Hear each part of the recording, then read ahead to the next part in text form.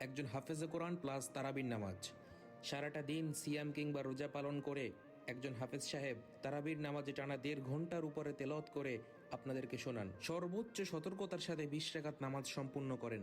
ওনাদের কষ্টের ওজন মাপতে পারবেন আপনি? কিংবা ভেবেছেন কখনো?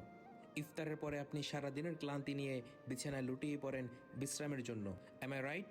আপনি রাইট বললেও রাইট, আপনি রং বললেও রাইট। কিন্তু একজন হাফেজ চাইলেও ইফতারের পরে বিশ্রাম নিতে পারে না। সে কোরআন সামনে নিয়ে বসে যায়, শুরু হয় তারাবির প্রস্তুতি। অথচ সারা দিনের ক্লান্তি তার শরীরকে দুমড়িয়ে মুচড়িয়ে ভেঙে দিতে চায়, তবুও সে বিন্দুমাত্র বিশ্রাম করে না। আচ্ছা, তাদের কষ্টের কিঞ্চিত পরিমাণ ভাগ নিতে পারবেন আপনি? এত কিছুর পরেও খুঁটে খুঁটে ভুল ধরার জন্য কিছু মানুষ সর্বক্ষণ পিছে লেগে থাকে। আচ্ছা, আপনাদের কি বিবেকে বাঁধে না, নাকি আপনাদের বিবেক বলতে কিছু নেই? এই প্রশ্নটা আমি আজকে সকলের কাছে রাখতে চাই। সকলে দয়া করে উত্তর দিয়ে যাবেন। প্রত্যেক হাফেজে কোরআনকে সম্মান করুন, ভালোবাসুন। তারা